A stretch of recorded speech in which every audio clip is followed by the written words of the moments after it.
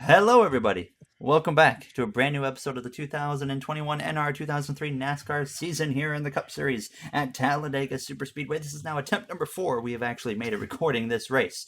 The first one was great, and we wouldn't have been in this mess of attempt number 2, 3, and 4 if I didn't accidentally delete the footage. So here we are dealing with this chaos now, and they've destroyed half the field within the first couple laps of the other attempts. So hopefully that doesn't happen this time. Race 1, like I said, was great. We only had like 2 crashes or 3 crashes the whole race, and there was never a huge crash. Great finish. And now here we are dealing with this mess now. But we are ready to bring you guys Talladega Super Speedway here today. We're Alex Bowman on the front row with Kyle Busch. It is a 3-man booth today. We got myself, Jay Cook, who will be joining us. Not for the start. He will be here momentarily. He is currently away from the mic, so he will be here, though, like I said, momentarily. But we also have the Nitro Racing League owner of Matt O'Brien here with us today. Matt, it's just you and I for a few minutes. How are you doing today? How are you feeling about this race? Well, I could be feeling better because Eric crashed in the real life race, but I'm doing okay. Matt is an Eric Jones fan. For anybody wondering, we always get asked who your favorite drivers are. My favorites are Hamlin and Suarez. Jay is a big Matt DiBenedetto fan. He also does like Kyle Larson as well. But you see the field heading towards the track now for attempt number 4 at this race. And we said before, this is no matter what going to be our final attempt at recording this. So if the field wipes themselves out on lap 5, well, we're in for a snooze fest, but that's just the way it is here as we get ready to go green here in Talladega Super Speedway. So the situation is 113 laps here today at Talladega. Stage 1, 25 laps, ends when we hit lap 26. Stage 2 as well, 25 laps, ends when we hit lap 51, and then the race comes to an end on lap 113. So we have about a 60 lap stage 3 requiring at least one pit stop, but from the first original race myself and Jay were doing, I believe it will actually be a 2-stop because the AI drivers like to pit before 30 laps into a run for some reason. So when we were recording the first race, the stages were initially 30 laps for stage 1, but they pitted with like 2 laps to go, and it created a whole crazy scenario. So we decided to shorten up both stage 1 and 2 for this episode here in the re-record since I deleted the first one. Now, as we get ready though to take the green flag this time by Matt. We know Fords are going to be strong. They always are here. I mean, do you look at a Penske guy as a potential favorite, or maybe like a guy like Denny Hamlin in the Toyota, who's always strong at restrictor plate racing? Yeah, those are probably the favorites, and wouldn't be surprised if they win. So, Who's yeah, your number 1 pick? Hamlin. Hamlin. There you have it. Now, Jay had a pick. I don't remember who it was, but my pick is also going to be the 12 of Ryan Blaney. He actually won the original recording we did in a wild finish here, as we're going to get ready, though, to take the green flag here from Talladega Superspeedway. In the original recording myself and Jay did, they had one small crash in stage 1. Then it was really good for the rest of the race. And then in the other 2 we've done today, they have cleaned out almost half the field within the first 5 laps, which has led us now to attempt number 4 as Alex Bowman gets ready to lead the field to the green flag. Now, as the green flag is out, Talladega Superspeedway is underway. Always an opportunity as well at a track like Talladega for a potential surprise winner. Right now, the situation is where we have one surprise winner, and that was Cole Custer back at Homestead Miami Speedway early in the season after an absolute crash fest there, taking out a lot of big cars. So, Matt, I mean, do you think if it's not, say, who your pick was, Denny Hamlin, do you think we could see a potential surprise winner here today? It's Talladega, so of course we can. Yeah, of course we can now. I mean, and already going 4 wide again into turns 1, we have seen this quite a few times already in the other attempts at recording now, as it's actually pretty tame towards the back half of the field, which is actually something surprising right now as they come through out of turns 4 down this front straightaway side by side. You got 3 Hendrick drivers up there in the mix, but Ryan Blaney at the very bottom. But they come through the tri-oval 4 wide between Reddick, Stenhouse, Hamlin, as well as Brad Keselowski. So it's going to be interesting to watch this turn out today, because 4 wide is so dangerous now on just the second lap of the race. You got Hamlin with help from that 2311 racing driver of Bubba Wallace. Of course, Hamlin owns that team here as they go down this back straightaway. But you can see already just how quickly things or drivers get shuffled around. They can be going from first to easily 25th in just not even a lap here with just the way the NR 2003 races are. We do have the Truck Series physics for this one. Earlier this season, for the only other restrictor plate race we had at the Daytona 500, we had just a normal cup physics, and the race was downright awful. So it looked nothing like what we're seeing right now here at Talladega, and it's a way better product, but maybe a way scarier product because here we are on lap 3, Yeah. still Oh, going four wide. for second place. Oh God. And look who we got going for second place. But now it's four wide, multiple rows deep, Matt. So this is going to be chaos here. um.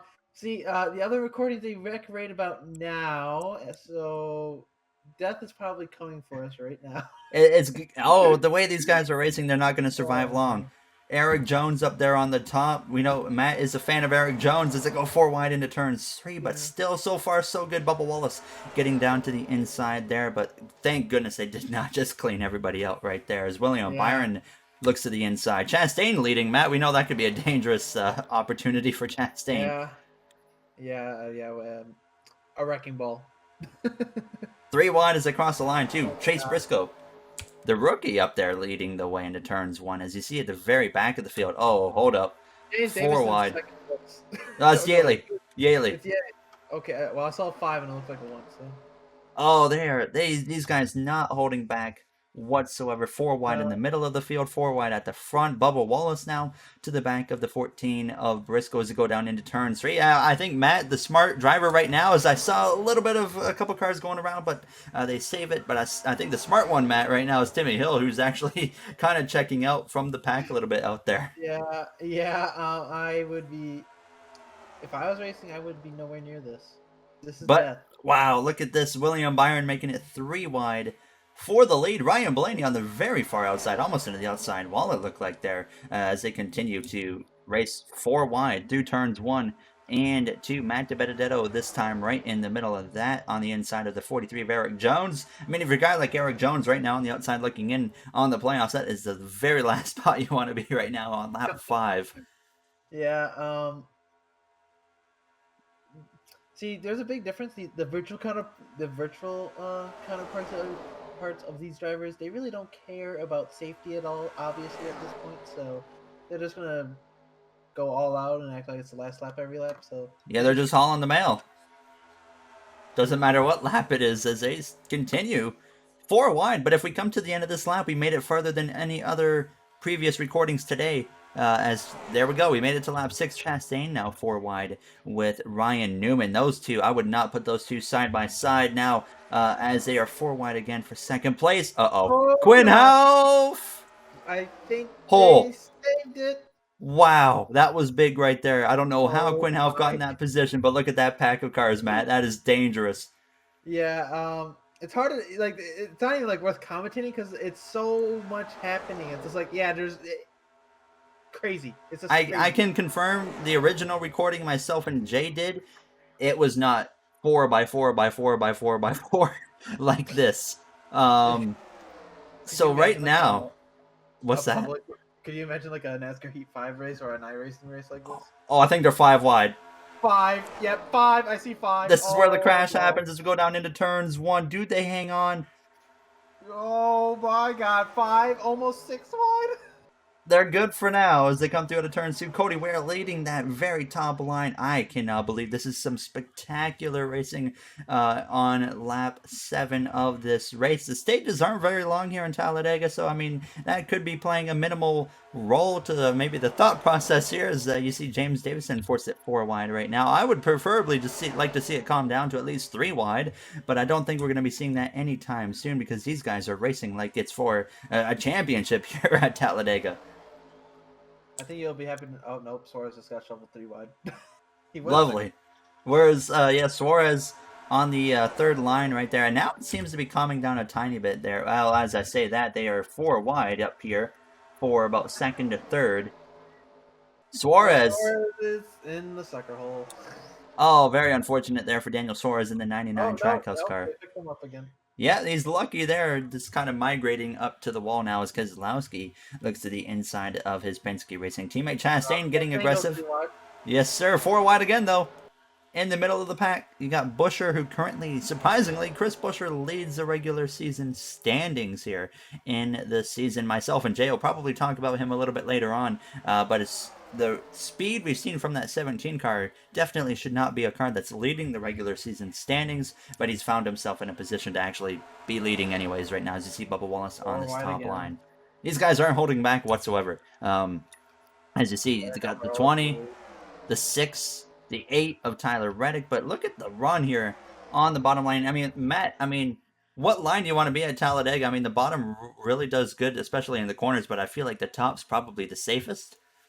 Well, with how AI generally work here, they kind of just go to the bottom and then they move up and they go all the way to the back and then they go back to the bottom and move their way to the front again and they go back to it. It's a never-ending cycle. And here's the current situation. I believe we do have Jay back in the booth now. He was not here for the start, like I mentioned, but do we have you, Jay? Yes. All right, hello. So what you're seeing right now on your screen, Jay, this is actually extremely calm to what was happening about 4 or 5 laps ago. Bunch of four wide. It was 4 wide, at least 10 rows We had deep. five. Yeah, we had Holy. five wide. And somehow Quinn Half actually got forced to the apron in turns 1 and 2 in the middle of the pack and somehow did not clean a single car out. So we were very fortunate on that end right now, as they are now trying to go 4 wide again as we go down into turns 3. But Jay, I was going to mention Chris Buescher this season so far, as I should actually get the order up there on your top left of the screen. But Chris Buescher, Jay, we've seen him not be the fastest car in the field by any means. Usually maybe some top 10 speed, but that's really been about it, except maybe for a select race or two. But he's been the only driver this season that's stayed out of trouble from each and every single incident. Even in crash-filled races, he's found a way to just stay out of all of it. And here he is leading the regular season standings. Like, how does he do this after the way the season's been? He's really just been lucky enough, honestly. I honestly, I think there's no other way to describe it than pure luck. He's just been in the right place every single time somehow to avoid the crash and just wind up being there, running while everybody else is DNF'd, and he's able to take advantage of all that and get himself good finishes, and it really helps him in the points, especially even if he doesn't get a good finish in the top 5 or top 10, even if he finishes top 15. If somebody like Denny Hamlin or someone up towards the top of the points winds up DNFing, which happens quite often with these races, that helps him even more. So I think that's really the biggest thing, is him finishing these races while others are DNFing is really what's given him this advantage he has so far.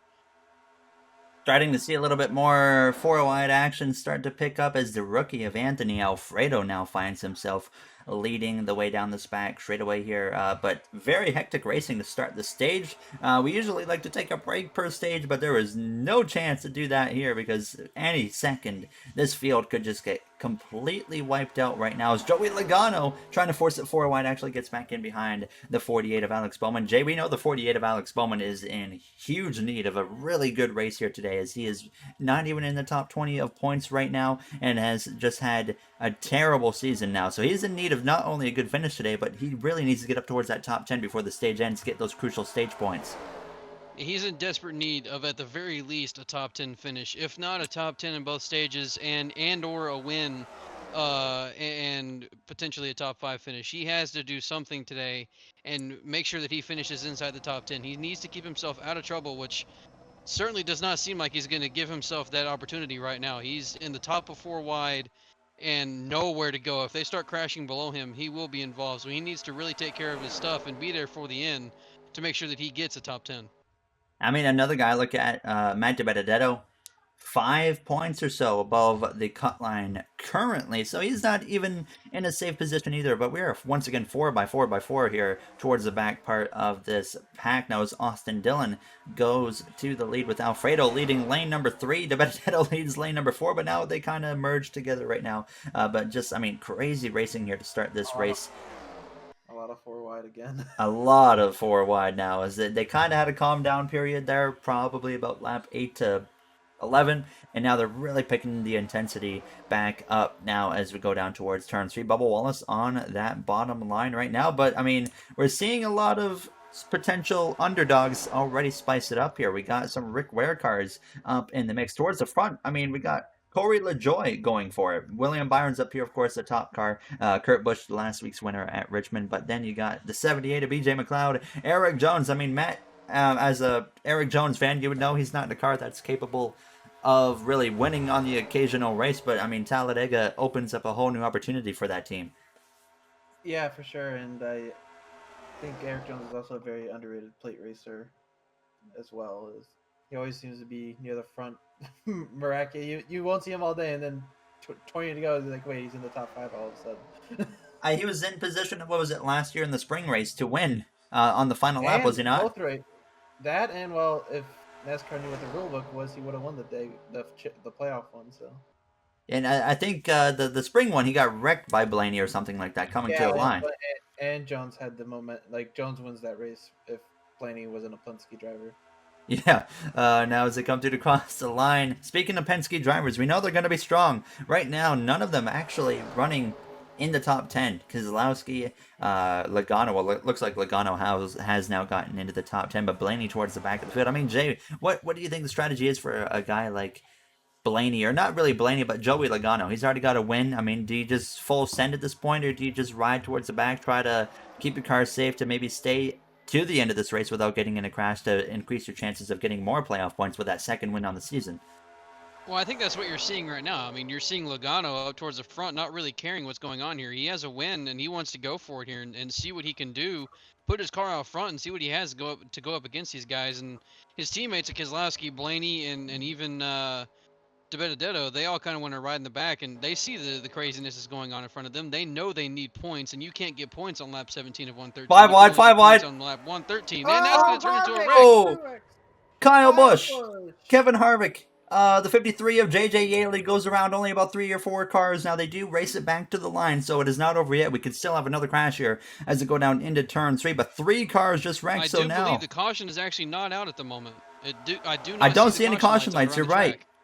That would be shocking here, as that was a big incident. Now, is that, like I said, if it stays green, then, well, there's nothing we can do about it. We could manually throw a caution here. No, pace car's on the track. Never mind, We're the okay. caution is out.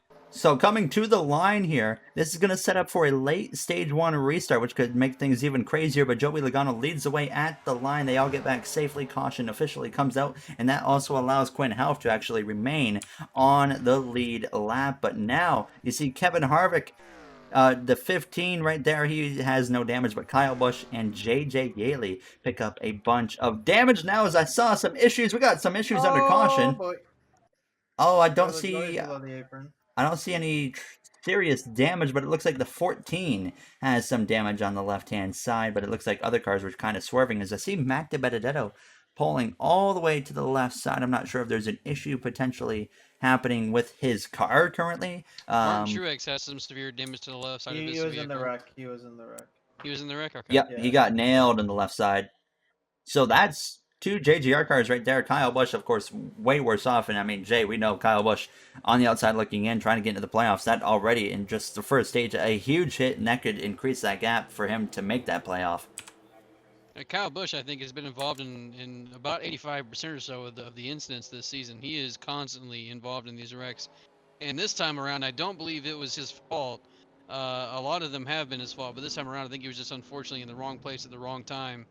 And it doesn't seem like the damage is too severe on his car.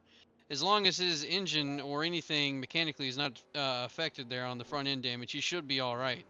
But that's certainly not going to be that's certainly not something he wanted to have happen this early in the race.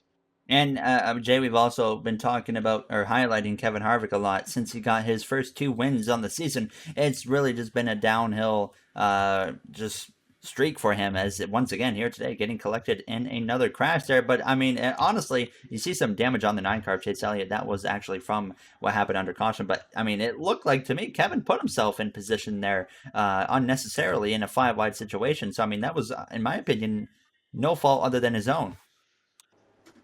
Yeah, he seemed to be driving a little bit too aggressive there, and I know he has those 2 wins to rely on, so maybe that's kind of the thinking is, well, maybe he's kind of thinking, I don't really care, I can just kind of go for it here, but I think it's a little bit too early to be trying stuff like that. You still have just under 100 laps to go in this race, and he certainly, I would think, wants to start getting better finishes and stop DNFing every single race, so certainly not the smartest thinking from him, but he has 2 wins to rely on, so maybe he's just kind of thinking, I'm going to go all out. So we're going to take a look at what has brought out the first caution of the day here at Talladega Super Speedway, and this is going to also set us up for a late race or late stage restart to finish stage 1 and decide the top 10. So let's get a look at the first incident of the day here at Talladega Super Speedway. So here's a look at the first incident of the day. A Rick Ware car of the 53 of Yale just kind of crowds Harvick down to the apron. Harvick can't do much more, and around he goes collecting the 19 of Truex. Kyle Busch has absolutely nowhere to go right there as Harvick goes sliding down the track. Kyle Busch with damage on both ends of the car. The 53 of Yale with heavy damage on the back end, as well as Martin Truex Jr. picked up some damage there on the left side when he got hit in the left side door. They're going down into turn 1. You can see Yaley kind of squeeze Harvick there. They get on the apron. They start spinning and just nowhere to go for Kyle Busch. Absolutely nothing he could do about that. For one of the few times this year that he's involved in a wreck and he has nothing, there was nothing he could do. So now on the cool down lap, the 14 and 9 of Elliott and Briscoe come together and hit Daniel Suarez, who puts him to the outside wall. A bunch of damage to that 99 car. But there was also another incident just behind them. So just as that was happening, you see the 38 as well actually get into the 7 of Corey LaJoie. So Alfredo hooks that 7 car. Fortunately, nothing happens to LaJoie. He does save it, and we all get back going in the right direction. But a lot of heavy damage to the 99 of Daniel Suarez. Jay, I mean, we've been obviously following that Trackhouse team all season long, and we've seen a lot of trouble for that team when it comes to, I guess, non-green flag racing conditions this season. Plate racing has not been Daniel Suarez's friend this season, and it's not even the actual racing itself. It's everything under caution, like you just mentioned. From the mechanical failure right at the beginning of the Daytona 500 to now this under caution, just trying to get slowed down, and Chase Elliott and Chase Briscoe wind up just turning up into him and giving him a lot of damage to that car. I really do think that's going to be performance affecting, and we may see him not be able to keep up with the draft when this thing goes green. Now to the live scene. You do see that 99, they have made some repairs on this car, so we'll see if they can get back into the mix. Quinn Half actually is 5 laps down, by the way. So maybe when he pulled off to the apron, he was actually having a potential mechanical issue. You see the 14 and the 18 of Kyle Busch are all getting repairs. Truex in the background, as well as Yaley and Elliott. And then we got the rest of the field, as actually the 15 of Davison has heavy front end damage, in the back of Ty Dillon has heavy damage. So I think we can put 2 and 2 together there.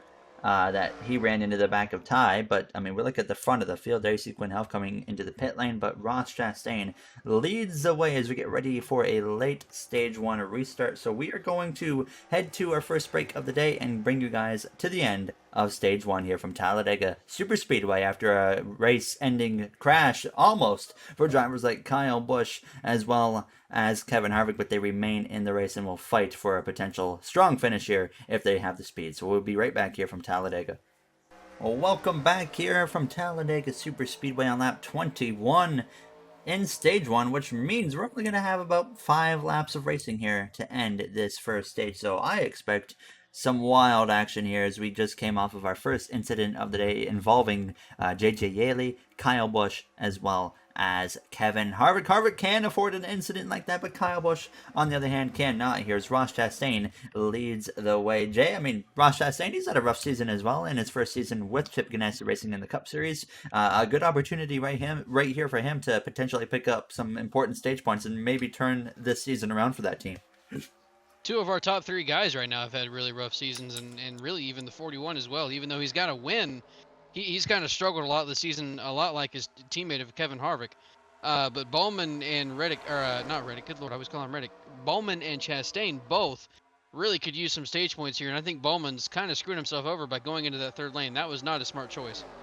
Not smart at all. He will remain in the top 10 briefly, and fortunately for him, there's so few laps left in stage 1, and it does take a minute for the field to get kind of more organized because of the single file restarts in NR2003. But you can already see they're getting packed together, and right in the middle of that is a 0-0 of Quinn Half, who went 5 laps down. He had an issue. We saw him pull off track in the middle of turns 1 and 2 early in the race, and we thought he was actually going to cause an incident. Fortunately, he did not, and he's back in the race, and it actually does look like he does have some solid speed in that car. But now 4 wide as they come through crossing the line. You see some damage on the 17 right now on the right side. I think that's the most damage I've ever seen on that car this season as we go down into turns 1.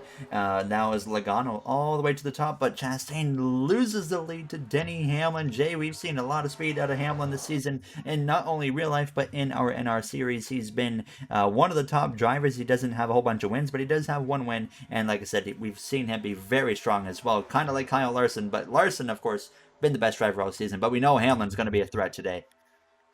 Hamlin is always great at plate tracks, and we've seen him almost get or he did win in October last year. I can't recall Correct. if he actually was given that win or not. Yeah, okay. So he did win here last October. He probably shouldn't have won. The whole NASCAR rulebook thing that was a big, just giant mess. And we always see him in contention at Daytona as well. So he's very good at plate tracks, and he's gotten to be very good at everywhere now. He's just all of a sudden kind of like Harvick exploded in the late years of his career. And the one thing he's just yet to do is close off winning a championship. And I would not surprise me to see that happen. Really, I mean, for the next 3 years, we could see him winning or in contention for the championships. We know Hamlin has a multi-year deal just signed with JGR as Almirola now goes to the lead. Almirola has a win this season, by the way. Do keep that in mind as he comes through out of turns 4. We saw him early in the season be very strong, like his teammate to Kevin Harvick, and similar to Kevin Harvick, he won a race and then he just kind of fell off.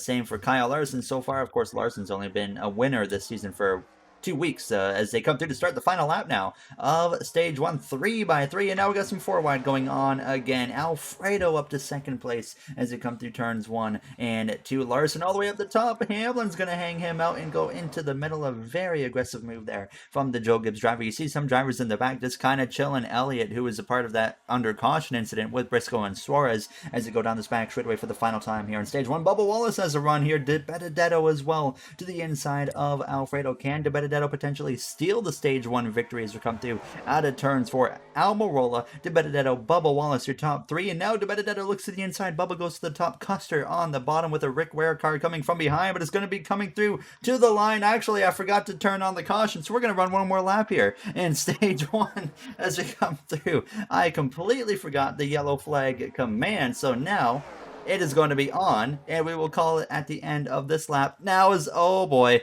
Earl Bowman's on the apron. out of turns 2, please save it. Oh, they do as they come through down this back straightaway. So if Matt DiBenedetto ends up losing out on that playoff spot by about 1 point, if he loses this stage, then that will be entirely my fault here as they go down into turns 3 and 4 for the final time now, as it looks like he might be okay. Almirola with help from Bubba Wallace on the top, but Cody Ware into the mix as they come through out of turns 4. He might look to the inside to Benedetto. He doesn't know where to go as they go down towards the inside into the trial. Will coming to the line. He's got help from the 20, but I think it's going to be Almirola wins stage 1. Jay probably hates me for that mistake right there as De Benedetto just lost out on a stage 1. Nice job. I am so sorry. I was so caught up in the action right there. I completely forgot to call out the caution before they made it back to the line. So De Benedetto, instead of winning stage 1. That wound up hurting Alex Bowman as well. He goes from being, I believe I saw him 8th, to now outside of the top 10 and not getting those crucial points he needs. Even though it would only have been 2 points, 3. Bowman will take any points he can get right now. 3 points, yeah, you're right. Yeah, it drops down to P14. That was my bad. Hopefully that doesn't have any playoff implications later this season, as they will be probably coming into the pit lane here. But they kept it clean. It looked like Bowman was about to cause a huge crash out of turns 2, though, when he was kind of stuck down on that apron here. But I think it's an easy call to make. Just come in for 4 tires, 2 cans of fuel. But Jay, I mean, we look at Bubba Wallace right now. He's in the playoffs, having a strong season, but we still, haven't actually seen a lot of speed from that team. Kind of another one that's just stayed out of trouble. But that right there is going to be a big moment for them, showing some true potential here today. I also saw him in the 500 in real life, run some really competitive laps. He looked really good there in the beginning, and even today at Talladega as well in real life, he looked really good and was showing some competitive speed. So I think he's a little bit of an underrated plate track driver. We haven't seen him ever really before be in a position to win one of these races, but so far this season with that 23XI team, he's looked really good so far. He hasn't necessarily gotten the results that he's ran like, but he's at least shown some decent speed, and he's once again doing it here in NR as well. And there you see the 23 now coming into the pit lane, as well as, I mean, everybody, of course, as Quinn House remains on the track due to being several laps down. He will come around to the pit box next time around. But now, as they come through, this could get a little bit awkward. Alex Bowman now coming into his pit box. Fortunately, didn't make contact, but look at Bubba Wallace. Gets up to second place. But now you want to look back here. Is anybody going to run into each other? That is a bit of an issue to watch out for. I do see, oh, there Oh, they yep, are. there we go. Okay. I do see some cars. The 8 has a bunch of right side damage, actually. Can't tell where that came from, but everybody else does get out of there clean. But there you see the 8 right there, and you can see that right side caved in. But other than that, everybody got through there clean. So now we are going to go to a quick break here as Eric Almirola ends up picking up the Stage 1 victory over Matt DiBenedetto. So we'll be back for the start of Stage 2 here from Talladega. Welcome back from Talladega Super Speedway here, getting ready to go green for the start of Stage 2. We saw some very wild 4x4 action early on in Stage 1, a crazy finish there to the end of Stage 1, and now we get ready for the start of the second stage. We did see one incident earlier involving Kyle Busch, Kevin Harvick, as well as JJ Yeley. Yeley has since retired from the race. Kyle Busch and Harvick remain a little bit down on horsepower, but they still seem to be able to keep up with the pack just barely now as we are underway for the start of the second stage. Almirola with that stage victory. DiBenedetto up in the mix as well, but we also saw Ricky Stenhouse Jr. and Jay. We've been seeing some decent speed out of Ricky Stenhouse Jr. so far in this season. So, I mean, we look at him, I mean, he could very well, if he keeps up what he's doing, potentially point his way into the playoffs with that JTG team.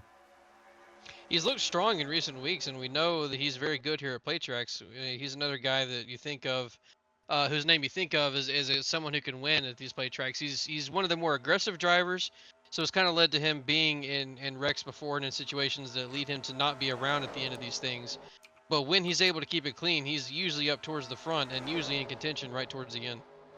And I mean, I'm sure, I mean, Matt, you might be able to agree. I mean, I think when we think about aggressive plate track racers, I think Stenhouse is always right up towards the top of that list. Yeah, 100%. Any other names? Well, with Ricky Stenhouse, there's a reason why we call him Ricky Stenhouse, right? Yeah. And then you got a guy like Joey Logano. We think about, of course, at these plate tracks to be aggressive as well. But we come through out of turns too, and I mean, look, Eric Jones right here running up in the top 5 currently as we go down this back straightaway. So I mean, Matt, you know Eric Jones. You have a lot more knowledge, of course, being an Eric Jones fan, but I guess he's in a weird contract situation where he can, like, apparently leave that 43 team, like, anytime he wants or something like that. Is that correct? Yeah, I believe so. Is that all you got on that?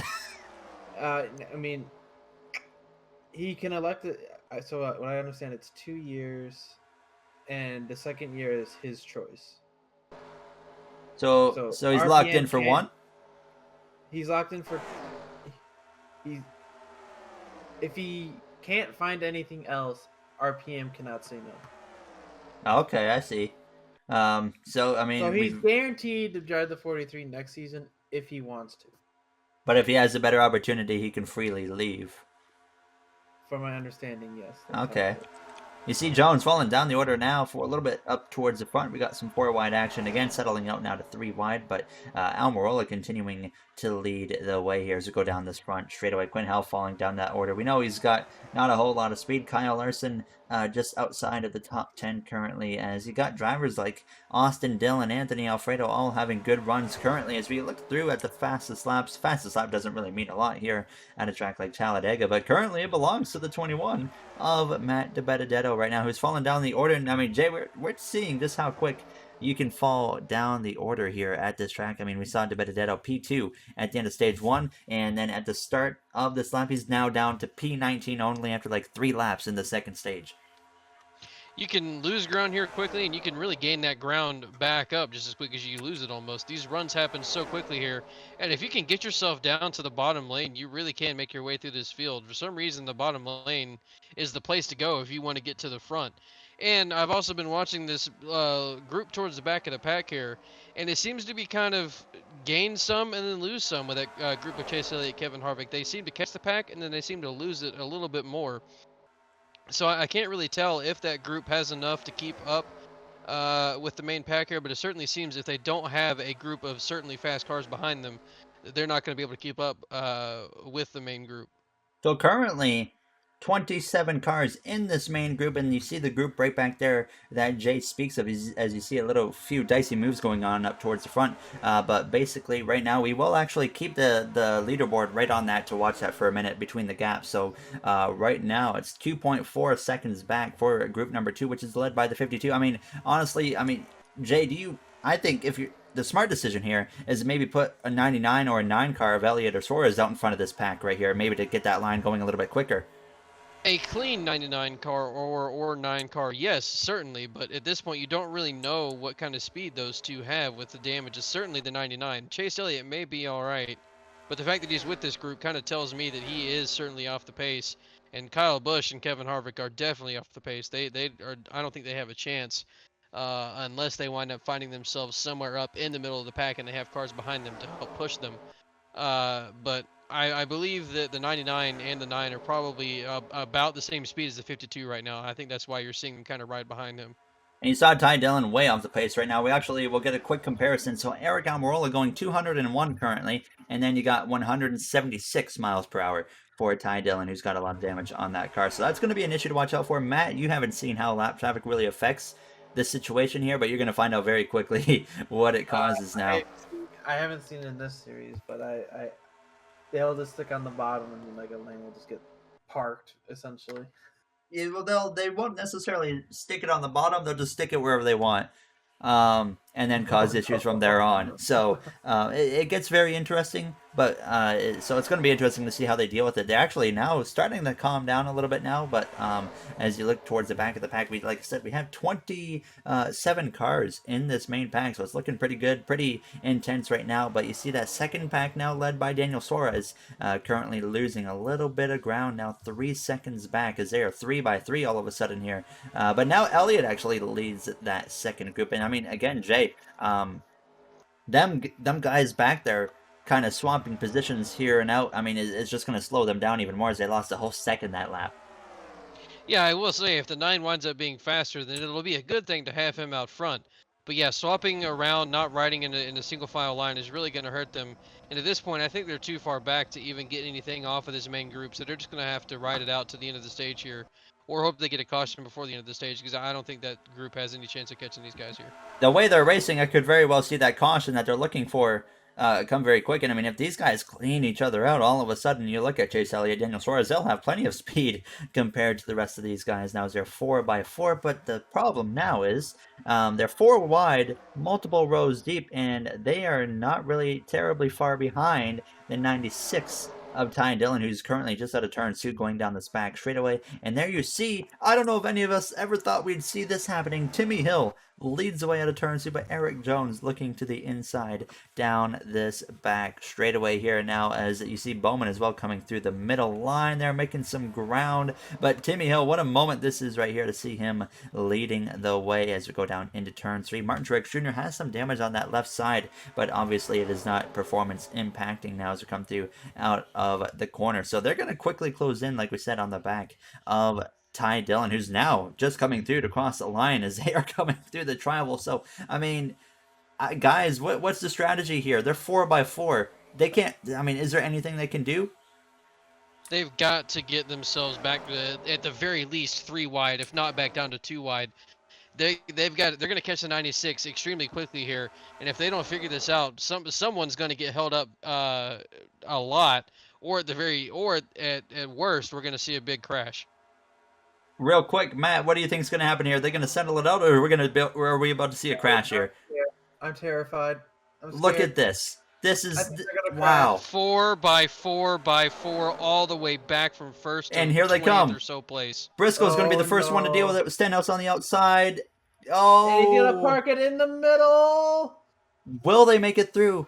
They're a lot better than I expected so far, but Ty Dillon, he's not really committing. He's got to commit to one line to keep it as safe as possible. A bit of a break up towards the front, but they might be okay unless someone tries to force the incident or issue. I thought there was about to be an incident with Kyle Larson and Anthony Alfredo. Fortunately, that does not happen, but wow, they were 4 by 4 pretty much throughout the whole pack, and somehow everybody, for now, keeps it clean as Chastain side by side right now up towards the front with his teammate of Kurt Busch. But you can still see the 96 causing some big issues as they go down into turns 3. And now we know, Jay, that's going to be an issue for the rest of the race. That 96, unless he somehow has a mechanical issue, is going to be probably something these guys have to deal with every 10 to 15 laps. And if they are 3 or 4 wide every time they come up to him, it's gonna keep causing the same issue like we have here, and we may not see it. We may not see them get through him cleanly every Every single time. time. We may wind up having a wreck caused by him being this slow. But I think the one thing that it did help was this group you just switched to. It might have helped Chase Elliott and this little group gain some ground on that lead pack and potentially get at least a little bit of a wake off of them, but I doubt it'll still be enough to get them there. I think that we're truly going to have to see them just ride it out to the end of the stage. Currently 4.46 seconds at the start of this lap from the 9, or the pack led by the 9 car with Daniel Suarez in behind him. But we look back up towards the front now. Cole Custer leading the way. Stage 2 comes to an end when we hit lap 51, so only 10 laps to go here.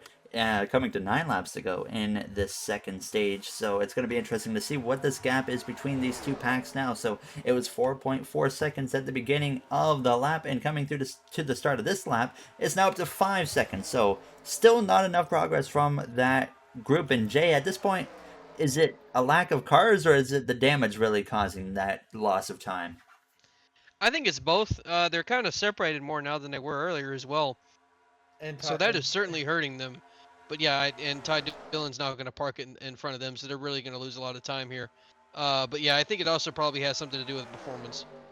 Yeah, there you see what Matt mentioned there, the 96 in the way as they head down this front straightaway in the main pack now. So still 27 cars we have up in this main pack, creating just absolute chaos. I mean, at the same time, I guess when they got through Ty Dillon clean, it was kind of a good thing because it allowed them to kind of calm down and get a little bit more spread out instead of being 4x4. Multiple rows deep right now, as you see Erik Jones continuing on that bottom. I don't know what it is today, but I don't think it's having Matt in the booth, but I just, for some reason, feel like that 43 has got something here today, and I think we're going to have to watch out for Erik Jones before this race comes to an end, or he could very well get cleaned out here at Talladega now as Kyle Larson goes to the front. We don't really look at Kyle Larson to be a strong plate racer, but here he is taking the lead out of turns 4, but could get hung out 3 wide in the middle as Cole Custer leads away up on the top. But we're starting to see some Fords kind of come up into the mix now, as myself and Matt were talking at the start of the broadcast. Fords, gotta watch out for the Fords, and I believe, if I'm not mistaken, Fords have the most amount of cars in the field, do they not? It's close between them and Chevy. Either way, we know they have a lot of cars as they come through out of turns 2, and if you put a lot of Fords together, they're going to be very hard to beat now, as you see Kyle Busch still running at the back, Harvick as well. So, Jay, we know for a fact, actually, we have some trouble. Hold up just a second. Oh, Bubba. They save it. But Wow. Damage on the right side of the 23 and the 7, as well as the 24 of William Byron. I don't know what happened. Of course, we'll get a view of what happened at the end of the stage, which comes to an end in about 5 laps time. But wow, we cut to the frame and we saw cars going all over the place. They save it now as we come through crossing the line. But that just shows you how quickly things can change. We look away for 3 seconds and we come back and they're just about crashing now as they come through turns 1 and 2. But I mean, Matt, that's 2311. They've had some struggles not only in NR2003 but real life this season. That's not going to do them any favors right there. no, it's not, and that was scary. But somehow they didn't wreck. And you see the skid marks right there down the back straightaway. So someone must have got hooked into the wall. We will get a better view. But on the bright side, it looks like no one got any performance impacting damage, because you can see that both left and right side of the 24 is pushed right in, but he is actually pulling this pack right back to the back of that main pack now. So it looks like we're still going to have a good 26, 27 cars in this main pack. But Jay, you look at that 24 of William Byron. We saw him at Martinsville a few weeks back in position to win, lost it on a pit stop, and it's been, I think, so far, other than that choke, more of a breakout season for him, where instead of struggling to make it into the playoffs right now, he's actually over 20 points above that cut line. he's certainly been in my opinion, the second best Hendrick car, the second best Hendrick car of the season. We've seen Chase Elliott kind of struggle off throughout the year. Obviously, Larson has been probably the best driver of the season so far, and then Bowman has had just an awful season so far. So yeah, certainly a breakout year for Byron. He's been very competitive. He's looked really good. And I think now we're starting to see that damage kind of affect him and Bubba Wallace a little bit. With no one behind them, they're going to need cars behind them to keep them into the pack. If they're the ones trying to struggle to keep with the draft, they're probably going to wind up losing it until they can get some kind of repair. Uh, but if there's one track that you can survive with damage at, it's Talladega, along with some short tracks. And one issue coming up very shortly here before the end of this stage, they are going to run down that duo up here of Kyle Busch as well as the 53 of JJ Yaley. So I think I said earlier it was Yaley who DNF'd. It was actually James Davison who DNF'd in the number 15, not JJ Yaley, who was a part of that crash with Kyle Busch and Kevin Harvick. So that's going to be another thing to watch out for because they're going to be on these guys probably down into turns one right here. Now with just 2 laps to go in stage one, coming to the final lap this time by. But I mean, fortunately, these guys aren't 4x4 this time, but they got to deal with now, instead of 1 car, they got to deal with 2 cars of Kyle Busch and Yaley, and the number 20 of Christopher Bell clearly chooses the wrong line to go, jumps up right behind his teammate of Kyle Busch now, as it's going to get very condensed very quick as we go down into turn 3. But Christopher Bell goes from leading, he's probably not even going to be in the top 10 by the time we come through to cross the start finish line to start this final lap of stage 1. As we come through the turns 4, Almirola kind of peeks out to the inside, Eric Jones kind of getting up into the mix as well, but Martin Truex Jr. leads the way to come through to start the final lap here in stage 1, where I will issue the command to bring out a caution in just a few moments time when we go down into turns 1 and 2. Blaney actually forces it 3 wide into turns 1. Jay Blaney's won the last 2 races, or not, sorry, the last 2 races, but he has won 2 races here at Talladega Superspeedway. We know he's always going to be a threat as well. Pulling an aggressive move right there, but it wasn't a ridiculously aggressive move. Just showed his inside there, or showed his car to the inside there of Almirola, and Almirola kind of gave it to him.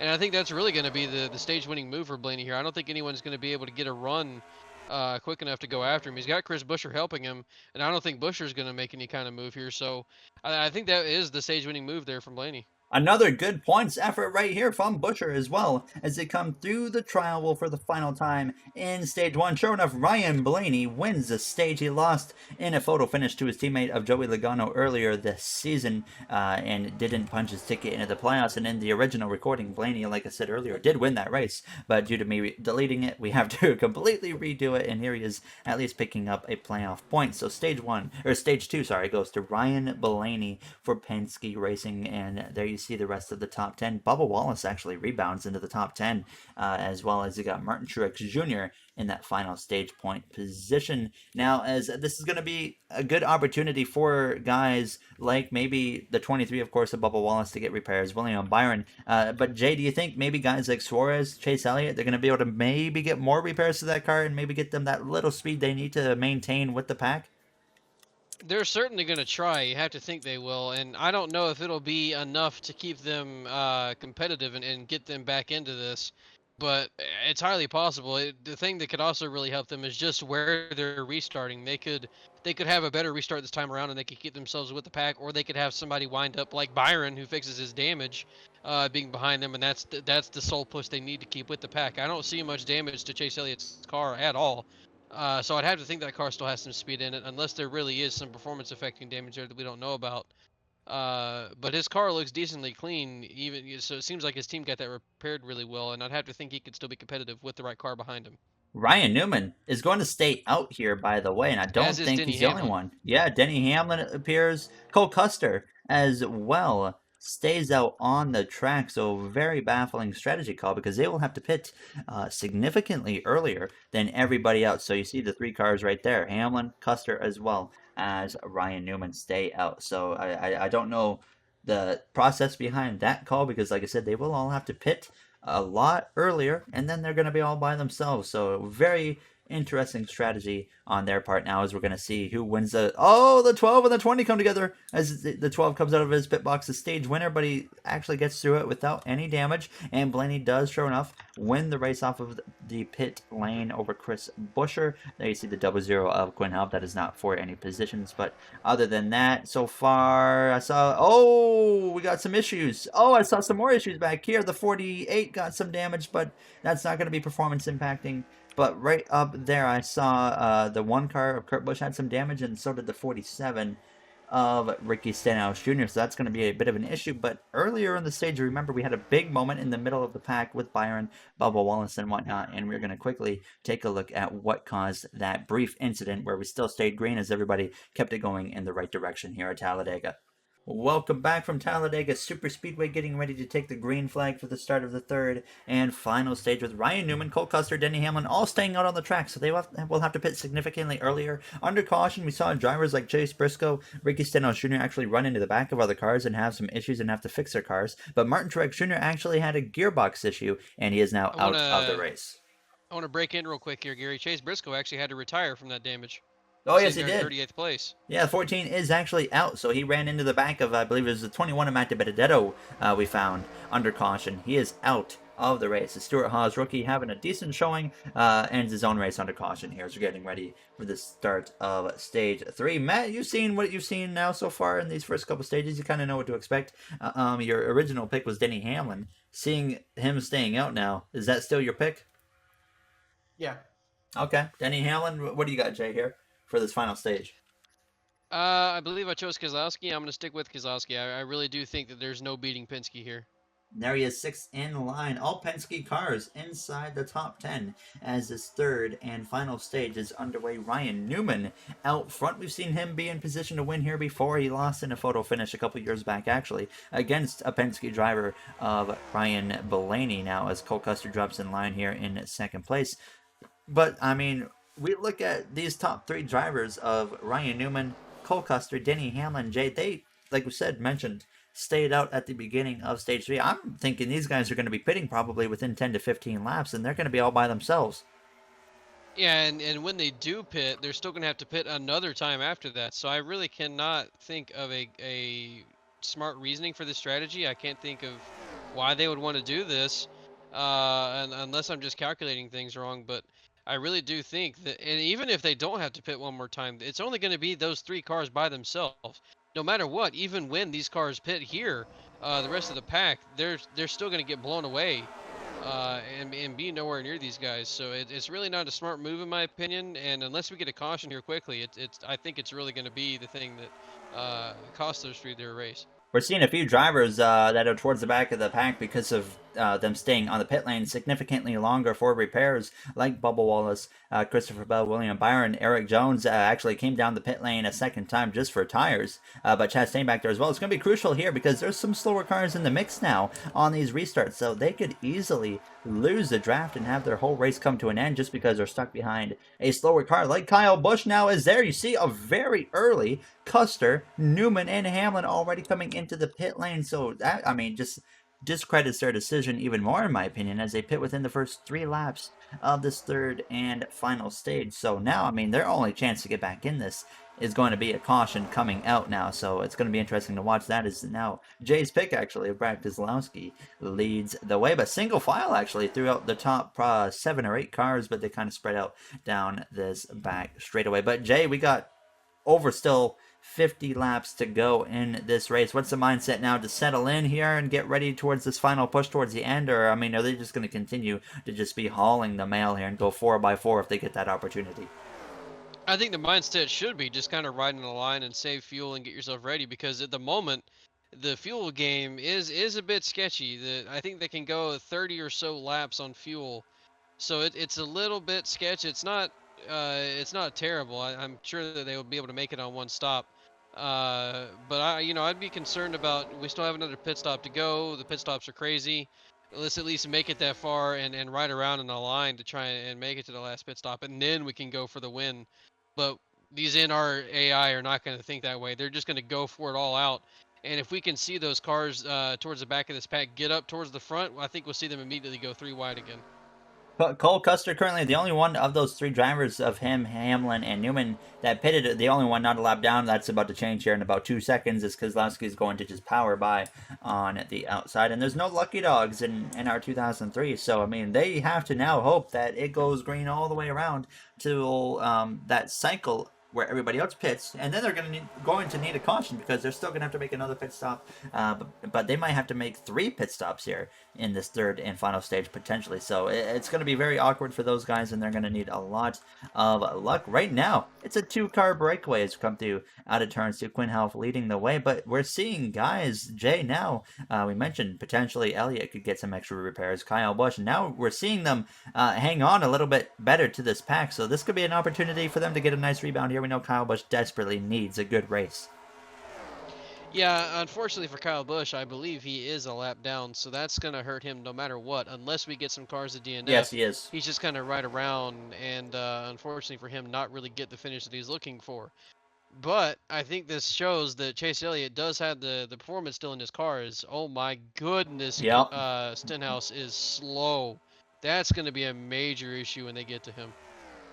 I noticed that after just not even 10 laps into the stage, he was already 29 seconds back. And these guys, Keselowski going 198, 199 or so. So about a 20-mile-per-hour difference right now between Keselowski and this car right here. Stenhouse is topping out at 170 miles per hour. So they're going to catch him very, very quick here. Now, as we currently look, though, the lead pack, I mean, pretty much has everybody except for Denny Hamlin, actually, as he did pit, and then you got the 96 as well who has damage. But Kevin Harvick, Kyle Busch right at the tail end. It looks like they're starting to lose contact, and Elliott might be as well. These guys here, they might have got held up a little bit, but Byron, it's going to be crucial for a guy like Byron to hold on to the end of this pack here, as well as you got Alex Bowman towards the back, Bubba Wallace, Ross Chastain. But we got a lot of cars in this main pack. If you consider, I guess, Elliott barely there, it's still a good 27 cars or so as they go down this back straightaway. But a lot more tame right now than what we've seen throughout the majority of this race. And what I'm surprised by is Quinn Half making some of these moves, and he's been remaining at the front of the pack. He's not on the lead lap. He's multiple laps down, but he's at least not afraid to spice it up right now. As Jay, it seems like we're actually starting to see it calm down a little bit. So maybe everyone is kind of playing that game of just make it to the finish of this race, potentially. Which is a smart move as well, especially if they're going to be coming up on a very, very slow Stenhouse here soon. If they come up on him 3 and 4 wide, that's going to hold guys up and certainly will be an issue as they're about to catch him, I think, probably this lap. So these guys really need to figure this out quickly. There's Stenhouse right there, out of turns, dude. This is going to get very, very interesting. They're going to be all over him. He's so slow. Oh, look at that speed difference right there. They're checking up. Cause a crash. They're checking up.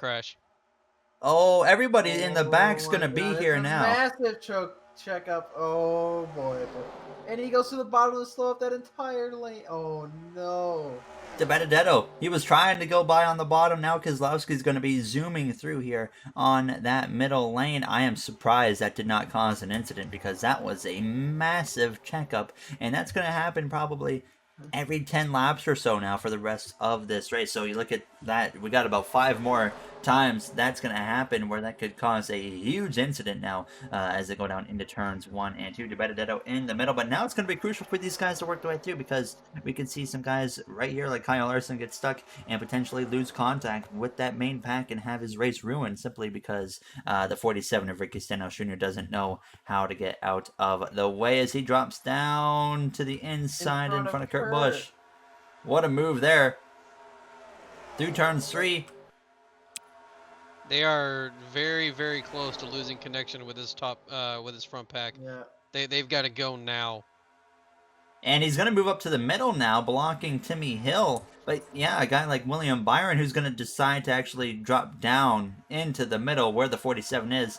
A very bad call right there, but if he can stay on the bottom, he might still have a slim chance of hanging on here, but definitely not what you want to see. Pulls in front of Byron, that's going to make him lose the pack. He's going to be disconnected here. Byron now is going to need a caution if he wants any chance, unless somehow he is hanging on to the back of that Rick Ware car by the time they get down into turns 3. I mean, look at Elliott and them. They are coming quick, but obviously they're going to have to deal with the same situation here in just a few moments now. As that 47, I mean, I don't even think in real life that would meet minimum speed. No. I don't He think is No, NASCAR it would certainly have would like a. not. No. I don't think NASCAR would allow that on the track. so far off is that number 47 of Ricky Stenhouse Jr. But now everyone's kind of getting packed, or picking it back up here in this pack. Bubba Wallace up there in the mix. Noah Four Gragson. wide. 4 wide is back for second place. They keep it clean for now as they come through turns 1 and out of 2 as Kozlowski continues to lead the way. As you look at the back here, the second pack's going to now have to deal with that 47 of Ricky Stenhouse Jr. and that 9 car. He's going to sneak by on the inside, but look at William Byron's actually under attack. So Timmy Hill not doing himself or William Byron any favors as we go down into turn 3. As, yeah, they've definitely lost the draft at this point now as they come through the corner. So they are going to just be with each other for the rest of this race potentially, unless we get a caution as Kurt Busch is trying to hang on for dear life. But Jay, we look at those guys. They got damage right there. This is Kurt Busch. It's going to be very hard for him to suck up to the back of that 7. Yeah, I think we're going to see probably the 66-24. I believe that is the 51 there, and the 1 probably get in a little group, and maybe even get together with Chase Elliott's group as well. And if those cars are all together, we could maybe see them make up some ground. I will say the one thing that they'll probably have to their advantage is at some point these leaders are going to catch that 47 again and have to do that all over again. And it's very possible that those cars back there could gain back up to the lead pack and have an easier time getting around the 47 because they're in a single file line and could navigate around him a lot easier than these guys will 3 and 4 wide. Tyler Reddick side by side with Ryan Newman for the lead. Currently, both of those guys in the playoffs as Larson forces it 4 wide through the triangle with Quinn Half about 5 laps down. Bubba Wallace as well as the 41 of Cole Custer as we go down into turns 1. We saw 4 wide be the cause of that last incident where we did stay green, but now Larson 3 wide to the inside to the lead as we come through out of turns 2. We're used to seeing Kyle Larson usually get caught up in an incident at a plate track. Now, they might be 5 wide potentially down the straightaway. I can't not tell. Oh, it's still 4 wide there between the 23, 48, the 12, and the 20, but they are definitely getting risky here early on in the stage. They might force it 5. Pitching. 5 wide, 5 wide. Oh, they touched Oh, we got a big crash. It's The big one. Wow. Almirola hard into the wall. Bell. Oh. Bowman's flipping. Up and over goes Alex Bowman. A ton of damage. 5 seconds before this happened, I was just going to mention that that was not something that the 48 needed to be in, a situation the 48 needed to be in. With as bad of points, or with the terrible point situation he's in, Matty D, huge damage. he did not need to have that happen to him, and that's going to affect a lot of these guys around the playoff cutoff line. Not even halfway through the third and final stage, a bunch of cars with heavy damage here at Talladega Superspeedway as the big one has struck on lap 68. If only they could have waited 1 more or 2 more laps for that crash to happen. Now, yeah, Kyle Larson leads the way, and immediately the first thing that comes to my mind is you look at the cars that are clean. Up here, the only big names are Kyle Larson and Joey Logano. Brad Keselowski is in good shape as well, but he's a little bit further back. But this opens up a whole new door where, guys, I think we could very well see an underdog winner today. At this point, it certainly seems like we will, unless Kyle Larson is able to keep himself out front here for the rest of this race. But just before that wreck happened, you were mentioning that Kyle Larson is not a guy that we typically see up front at plate tracks. We usually see him involved in a wreck. I honestly think we can kind of wipe all of his previous results at every single track and start expecting different things to happen at these tracks now because of the kind of car he's in. Somewhere like Talladega or Daytona, where he's always struggled, now that he's in a better car and a different team with a different mindset, if Hendrick Motorsports always wanted to be aggressive, especially at Daytona, we could see things change for him massively, and he starts becoming a guy who's an expert at plate tracks and really does do well at plate tracks. There you see everybody now on the pit lane here. We're going to get a look at what happens on the pit lane, and then we will get a replay of the big one here at Daytona. Oh, Matty D hits Larson. Is there damage? Looks like no, there's not going to be too much damage on that car. I think he looks okay. Yeah, he will be fine. So Larson will win the race easily off of the pit lane there. And everybody else looks so far so good as they're exiting their pit boxes. But of course, a lot of cars now with damage. So that main pack's going to get significantly smaller after that. Now, as we're going to go and now get a look at what has brought out the most recent caution as the big one strikes at Talladega.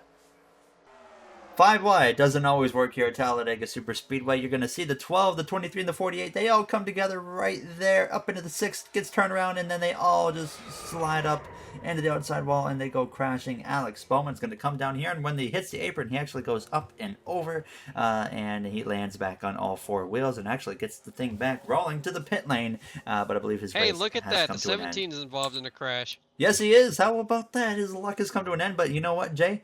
Look at the damage on Doesn't that even car. look that bad. Yeah, Doesn't even look that bad. He gets involved in a wreck and he barely gets any damage. That's I'm because pretty he's in Chris sure Buescher's head. of all the people in that crash, he probably got the least amount of damage, of course. So I would not write off that 17 of Chris Buescher at all here in the races. We're going to get a look at some There's a alternate little angles more as damage well. on the right side. There is, but I think he's going to be fine. We'll have to wait and see, of course, for the restart. But let's get some other looks at the big one here at Talladega. So we get a slow motion look at this. As you can see, Ryan Blaney and Alex Bowman just kind of come together and start pushing up into the top. And Ryan Newman gets hooked, and then there they go. They all just go crashing together. Almirola gets touched there by Eric Jones and goes crashing into the wall. Christopher Bell comes sliding in. The 17 has some damage, but very big crash here, very big wreck. And like Gary said in the other replay, 5 wide does not always work. Here's a view from Austin Dillon's roof cam, getting barely through this crash. He does get a little bit of damage, but you see everybody just starts piling in, and he just tags the 23 in the right rear, but he should be okay there as Austin Dillon manages to get through the crash here at Talladega.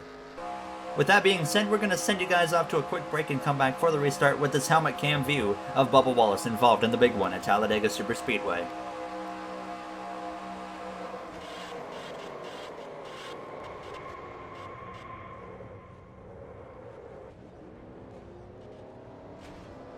Welcome back from Talladega Super Speedway as Bubba Wallace actually just pulls out of his pit box now. He's actually now currently 2 laps down. He was getting some repairs on his 2311 Toyota Camry with the DoorDash sponsor on that car. So he's going to be multiple laps down now as we're getting ready to take the green flag. So, I mean, look who's left without damage, at least of the star drivers. Kyle Larson, you look at the top 10. I mean, there's only one big name in there, and that's Kyle Larson. So, Jay, I mean, I think this is a prime opportunity because, I mean, it's going to be very hard for Kyle Larson to beat these guys. I mean, we could very well see an underdog winner here today, like BJ McLeod or Kaz Gralla with Colleague, or even Eric Jones in the 43 today.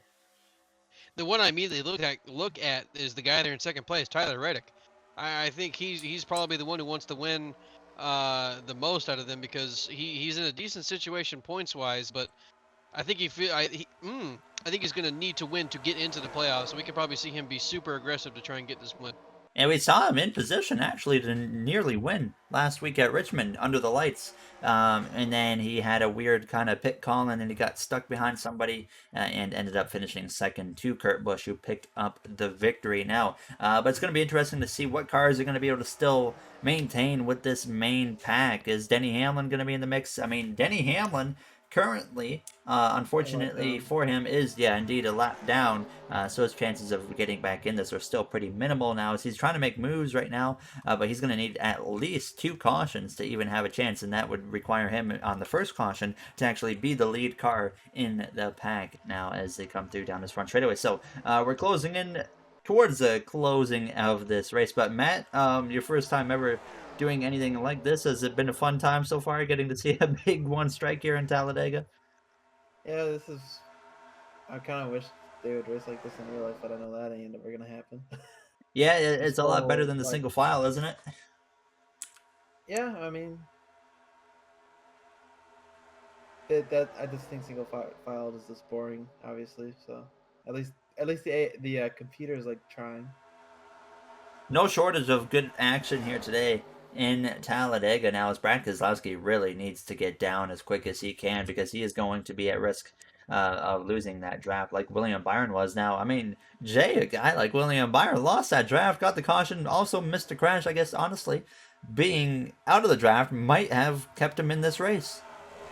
Yeah, and sometimes luck just plays that way. You lose the draft, you're thinking, oh heck, I'm in a terrible spot. This is not good. My race is over. And then all of a sudden a huge crash happens and you're 15 seconds behind that pack and you get to miss it and you get a free ride right back up to the front. So for William Byron, he's probably thankful that happened, and now he's here with the lead pack and can get himself back up towards the front with his teammate Kyle Larson. But we were talking under caution that Ryan Blaney's car looked all right, but I think he's got something mechanically wrong with that car because he is just as slow, if not slower, than his teammate Matt DiBenedetto and Eric Almirola, who also have a lot of damage. There you see those three Fords together. The 47, of course, way off the pace. He's actually going faster than he was earlier, now about 15 miles an hour faster. Keselowski's finally gotten past that 47, trying to make up some ground. Buscher, I don't know. It doesn't seem like he's too far off the pace. I think he was also kind of held up, and he's going to have to get past that 96 as well as it comes through. And I'm surprised to see how many cars we still have in this main pack.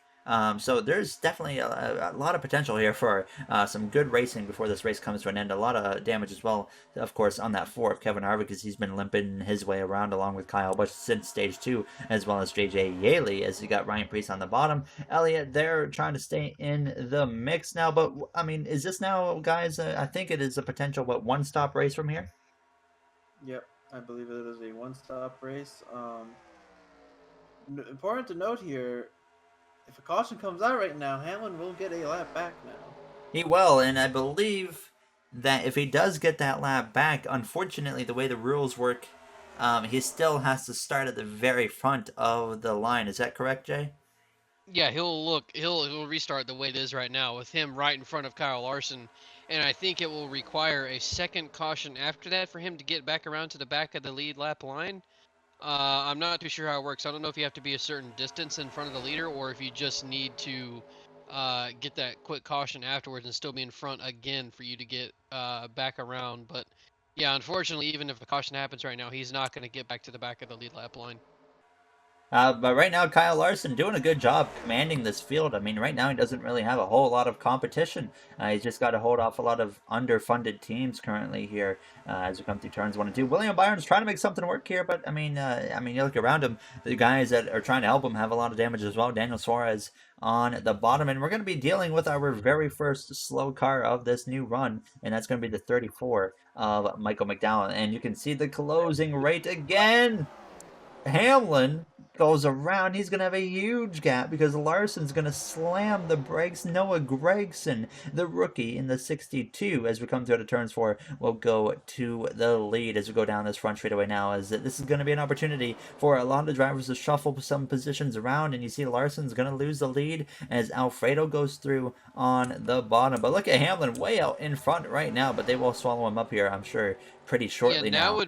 now is the ideal time for Hamlin for a caution to come out. If one does not come out, he's going to get swallowed up by this pack, and then I don't even think he's going to stay in front of the leaders here. So if a caution doesn't come out now, I think this is where Hamlin's going to get kind of missed over. But what a weird pack we got going on here. With I mean, you look at the top 3, Reddick of course isn't a huge surprise, but you got Alfredo and you got Gregson, but Kaz Grano's up in the mix. Now we're starting to see how quickly this pack is closing in on that 11 of Hamlin. They're going to be on him here out of turns 4. And I just want to point out real quickly, all of a sudden Chase Elliott has worked his way to the top 5. Yeah, there you have it. The He has nine's back in the mix. all race. He has struggled all race not being able to stick with the draft, and all of a sudden he's in the top 5. And that's just how crazy these races turn out to be, as Hamlin, sure enough, got destroyed right there as they come through turns 1 and 2. So now Tyler Reddick back out in front here over second place of William Byron. We saw him struggling, of course. He lost the draft and had those issues, but now as they go down this back straightaway, Byron actually is going to go to the inside. But you look in the back, it's just single file all the way through. So Kurt Busch being the first lead lap position to be in that single file. So that means we only have about 15 cars in this main pack now. That's about 10 to 12 less than what we originally had going before the big one struck, but still plenty of cars to make some good racing happen here. As I think that's about what we had left in our original attempt at this race now as they come through the trial vote across the line. So not a whole lot of racing left to go, guys. We got 34 laps to go as they close in on the back of Bubba Wallace. And now that we've lost a bunch of good cars, I mean, Jay, what's the strategy now? I mean, there's really not a whole lot they can do to make some different lines work because of the lack of cars we have in this main pack. So, I mean, what's the mindset now? I think it's just kind of scrap for every position that you can and look for every hole that you can and take every run that you get. Because you're not really going to be able to build anything up. You might be able to if you get a big wad of cars together, but it's going to be kind of hard to build any big run up if you're back in 10th, 11th place right now, you're not really going to be able to fly up towards the front like you could earlier in the race because there's just not much help around and there's not many cars around. So you really got to take every opportunity you can get at this point and hope you can stay up. I hope you can stay up front because if you go back towards the back of this pack, I think it's going to be kind of hard to make your way back up towards the front. And then we see the battle for the lead. Two Hendrick drivers going at it. Byron gets passed by his teammate of Kyle Larson. Larson looking for win number 2 on the season here in his Hendrick Motorsports comeback now, as you see Hamlin still kind of in the mix on the bottom. You see a Rick Ware racing car pulling off the track, by the way, at the very back there, but that should not be a factor now or an issue, as Elliott all of a sudden shuffled out to the back, and he could be at risk here. We know he's been struggling to hold the draft with the damage he has, so that could be a bit of an issue for him, as Eric Jones on that bottom. Matt, not a lot of drivers right now have a clean car, but look, that 43 looks in pristine condition right now, which could play a huge role at the end of this race. Yeah, he was very close to being into the big one, but the car is clean, and this seems much tamer than it is later, and earlier in the race, where they're double file right now, but it seems like there was a lot more single file a few laps ago. So it's gonna be interesting to see how aggressive they're gonna be. I guess you could say that 43 is looking tied clean right now, as they go down into turns 3. As Kyle Larson continues to lead the way. Don't ever again. Don't ever use that again. That was cringe. I apologize now. But things have calmed down here in Talladega, so we are actually going to go for our first mid-race break under green flag conditions for the day here in Talladega. So we'll come back and bring you to the end of this race. Now as BJ McLeod looks to the inside of Kyle Larson and puts himself out front here from Talladega Superspeedway. Welcome back from Talladega Superspeedway, closing in towards the final 25 laps of this race here for the Geico 500. Currently, Brad Keselowski out in front. We've seen quite a bit of shuffling. There was actually a very slow car of Michael McDowell in the way, and he slowed some drivers down massively. He's actually just now coming on the track in front of the pack as they come through out of turns 2.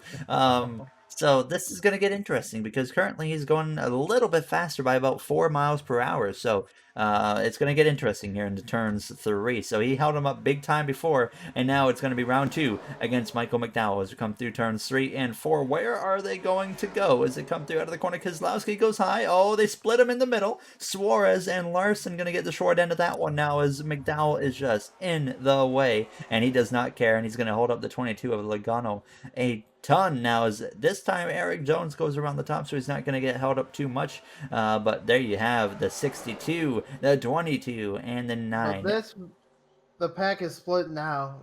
They might be too far back now, and they're not even trying to pass this guy. They're gonna lose for sure out of turns 2, especially. Yep. Oh, they go low, but I don't know if they're gonna have enough down this back straightaway. So actually BJ McLeod now leads the way here as they go down towards turn 3. Elliott decides to force it 3 wide in the middle, just making matters worse for himself here. As it, sure enough, the 22, I think, has lost the draft. Bubba Wallace currently going 196 miles per hour. Logano going 194.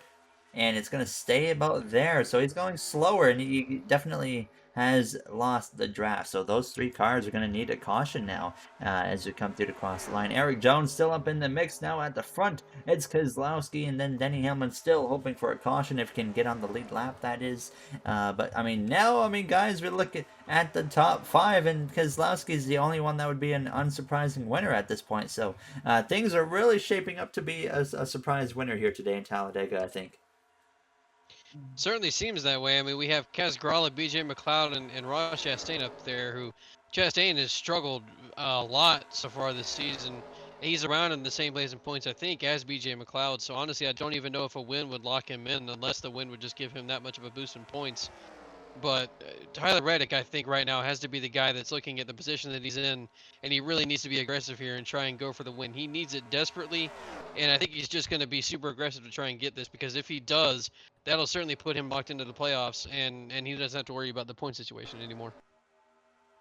Chastain looking for a good run as well. A lot of guys up in this big part of the pack have a good chance for some strong points days, like Eric Jones there in that 43 car, who came into this race, of course, well outside of the playoffs right now, as he was he was actually beating Alex Bowman in points, so he's towards the top 20, but he's a good 30 or so points out coming into this race, and this is going to be a nice day for him if he continues on this track that he is on right now. And then you got LaJoy, you got McLeod. I mean, Byron's having a good run here. Kaz Grala, Kyle Larson having another solid run. I mean, this is going to help a guy like Daniel Suarez quite a bit. He could very well find himself on the inside of the playoffs by the end of this race here in Talladega. So the lap cars, we know, we're going to play a big role as we are coming up on 20 laps to go in this race. So there you see up ahead, we got 5 cars actually. Oh, Jesus. Stenhouse is going faster than earlier. He's actually got an extra 20 miles per hour, but that's still 5 cars that they got to get through now, as we haven't really seen them deal with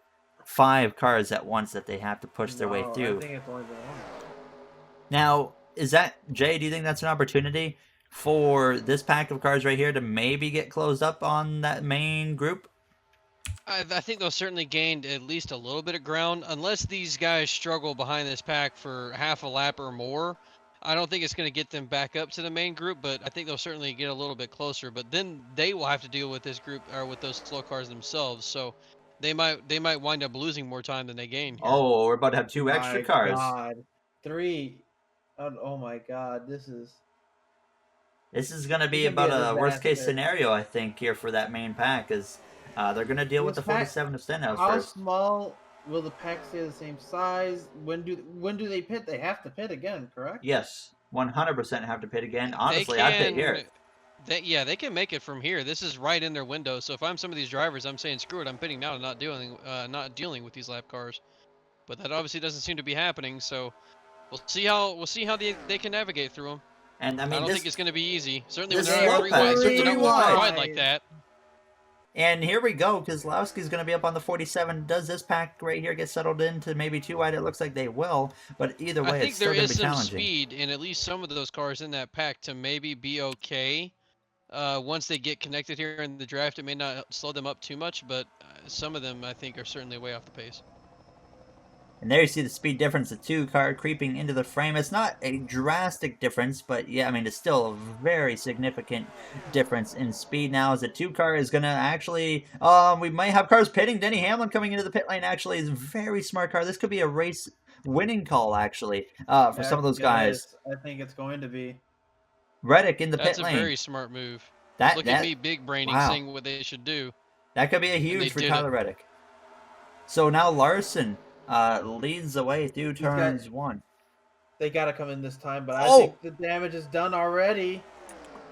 The Benedetto pulls off. May have just ran out of fuel. Yeah, he either out of fuel or mechanical which gets issue. Out of the way for the leaders, or he could have just been getting out of the way for the leaders as well, which certainly helps them no matter what. One less car to get through. They're going to easily get through the pack here and be all right. They didn't get held up too much. Yeah, I think they actually did a pretty solid job. So when do these guys pit, though? It looks like right here, actually. Right now, it seems like it. Larson stays out. Everybody he's but Larson. That's a massive mistake for Larson there. Wow. They should have pitted right there. He's going to have no help. Elliott in the 23 as well stay out. You also have to think mistakes on pit road, entrance and exits of the pits. How many cars are going to be in this pack after? That's going to be the big question, too, is who knows what that's going to look like. Right now, it looks like the first one out is going to be LaJoy, and then it's going to be Eric Jones. Quinn Houff, who's still multiple laps down, but he's actually got the speed to contend and help out this group. Kozlowski, Suarez, as well as Byron, and then the 47 lap down, or multiple laps down, and then the 78 of BJ McLeod still remains on the lead lap, but not a great pit stop for him. But now we got to look towards the back. I believe there's the 17 and the 12. Of course, that's not really mattering right now. There you go, Kyle Larson. He was a little fast into there, but he gets into the pit lane. So this is gonna be huge for him right here. Is actually Cody Ware just drove into the back of Ryan Preece. So Larson though gets in without any issues. So now we're gonna look to see where this main pack of cars, the 9 and the 23, follow through as well. But you got Eric Jones right now coming out of the pit lane, and Chastain though. Look at Chastain. He is way ahead as they go down into turn 3. That's true. He's alone. He's gonna get swallowed up. As that 34 McDowell, look at the closing rate right there. for Denny Hamlin. But now, here we go. We look up ahead. Where there's the 5 of Larson right now. And coming through the travel, there goes the 4 of Harvick. That, of course, doesn't matter. But Larson might be in decent shape. It's going to be hard to tell. Here comes the 42. Larson in turns 1 and 2. So here we go. This is going to be the moment of truth. Did Kyle Larson play the right cards? As honestly, he might be I think the okay. thing that helped Larson the most was the 34 being in the way right out of the exit to pit road for most of these guys. I think that's what helped him the most. It seems like that pack is still. Yep, that pack behind is still getting held up at the 34. They are. Yeah, so it's going to be Larson leading still. It's second Chastain, LaJoy, then Eric Jones fourth. Then we go down to Keselowski in P5. Timmy Hill, I don't believe. Timmy Hill is on the lead lap, actually. And then we got the 96th lap down. But then we got Kaz Gralla, Byron, Reddick, McLeod. Suarez is in a bit of a rough spot here. He needs to make sure he holds on to that draft and hope that the 34 does not come down in front of any of these guys, because that would be drastic at this point. It's going to be important here for Suarez to make sure he gets past this 34 by the time to get down into turns 1. Will he do it? Yes, he does. So his chances aren't over, but he needs to get to the back of that 62 oh, man. Look at the closing rate right here. 37 off the pace. This is going to be a weird finish to the end of this race if it stays green now. See, Larson's not a big trouble because Hamlin's not for position. I don't think it's... Wow, you actually blocked it. Oh, 18 might come down. No, he stays to the right. But look at this. I mean, other than Kyle Larson, I mean, Chastain, LaJoy, Eric Jones, all of those guys nowhere even close to the playoffs. Jones being the closest one. But, I mean, huge days But overall. he's got to stick with the draft now. Yeah, he got held up a little bit. There you see Keselowski trying to get up there. I mean, this right here, I mean, Jay, do they have enough cars that have enough speed to maybe run down that main group now? I think they certainly do. They have a good amount of good cars in that pack. They just need to get grouped together and run in a single file line. And it looks like they're honestly already catching them. So I think that we'll see them catch them by the end of this race. Oh yeah. And if they get enough momentum together, they could honestly stick in that line and go around these guys in front of them, and maybe we'll see Keselowski go right to the front of the race. LaJoy now leading 196 miles per hour. Keselowski about 197, but he is clearly closing, so it's going to be close here to see what happens now as he's side by side with Kyle Gralla, so that's not going to help whatsoever. Just some rookie experience coming in from the 16 as Larson now in behind Eric Jones, but once again they lose some ground, so it's going to be really interesting here in the final 13 laps of this race to see what happens. Eric Jones, I said earlier, I don't know what it is, but I got my eye on him, and here he is now up into P3 as they come through out of turns to LaJoy. He pulls off the track.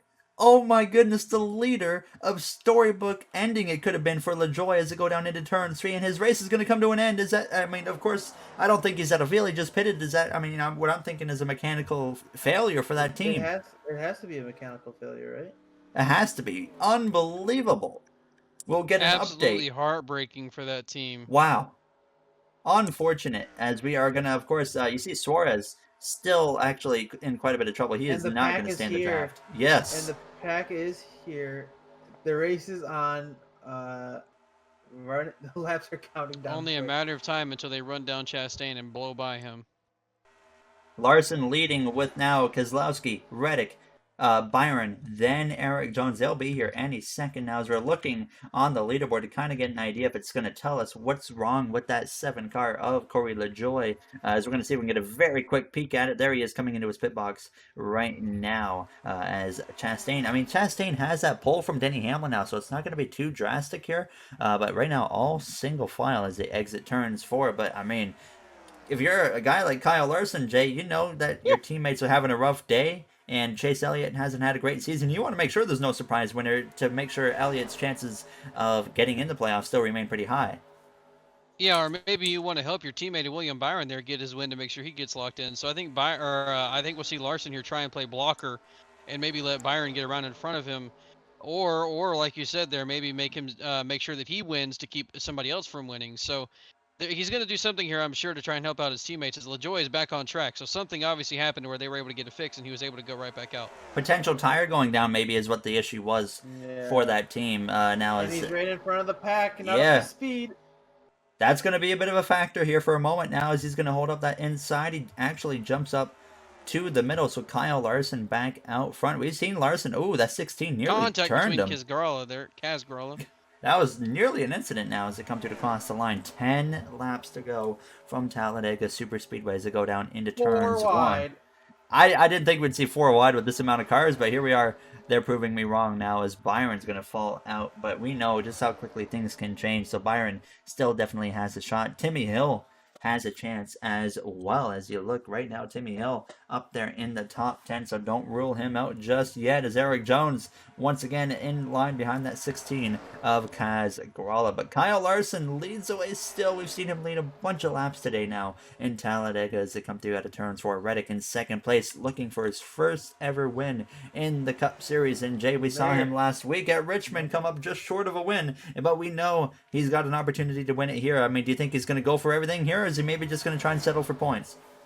Oh no, I think he's gonna go for it here. I mean, I don't see why not. You know, he doesn't want to do that. He doesn't want to have the same situation happen that as last week, to where he's had a chance to win and he kind of threw it away, or his team kind of threw it away with the strategy call, and he didn't really have the pace there towards the end. This time around, everything is under his control, and I think he's going to be super aggressive here and try and go for it. And I mean, I don't see why not. You might as well.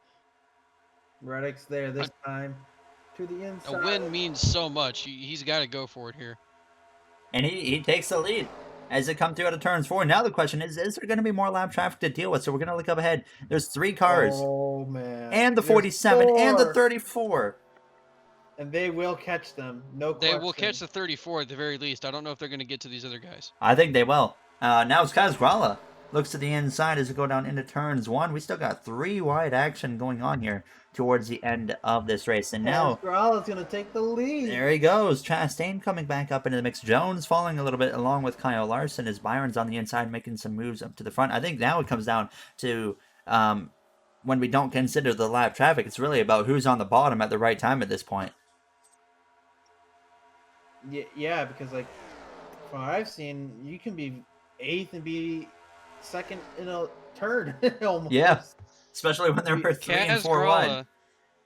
Kaz Gralla right now is 31st in points, 3 points behind LaJoy. So he will, even if he wins this race, he will get himself inside the top 30, and that'll put him locked into the playoffs. So what a storyline that would be for Kaz Gralla to win this race, put himself inside the top 30. There is going to be a big, giant mess of cars that are going to come up on here, I think. This race for the win is just getting started here as we come through out of turns 2. Now Gralla leading, and I mean, of course, he would have to fight for the rest of the season to remain in the top 30 in points. Here we go. This is the race right here, I think. This is going to decide it. It's going to decide who's got a shot. Yeah, for sure. As they go down into turns 3. And McDowell's on the inside. The 47's up top. Gralla goes to the top. That might be the right move. Out of turns 4, I mean, right now they're still side by side. It all depends on where the 34 goes. Reddick goes to the bottom. Reddick may have just made the perfect move as long as he can get around the 47 here before he gets to turn 1. 3 wide in the middle of the pack. McDowell in the way. Larson and Gralla now to the inside of McDowell into turns 1. But now Reddick leads the way. But you see the 47 as well planted right in front of that 7 of Corey LaJoy. But now all of a sudden we got some big names. Never mind. I was going to say, you'd have to think Ryan Blaney might try and block Reddick here for his teammate Keselowski, but he did not do that. So good on Blaney for not doing that. Brad's there. Yep, he's to the inside. Oh, a little bit close with the 8 and the 52 Balicki, but they all keep it clean now. As at this point, the latest we can have a caution is maybe lap 109. So if they're going to crash, they got to do it right now if they want to restart as they go down this front straightaway. So Kyle Larson, Eric Jones in the mix as they come through the triangle, but we have been proven time and time again that this can change extremely, extremely quickly as they come through to the final 5 laps. The 11 is so fast. Yeah, it's very unfortunate. His car is perfectly clean. So if only he didn't have that weird pit strategy, he would be right in the mix for the race victory here as they go down this back straightaway. So once again, Eric Jones making a move here, but I'm going to get a really quick look. Do we have any more cars? There's maybe 1, maybe 2. It's possible. Reddick gets hung out. It's all single file right now as they come through out of turns 4, but Eric Jones, Hamlin. Is he going to stay?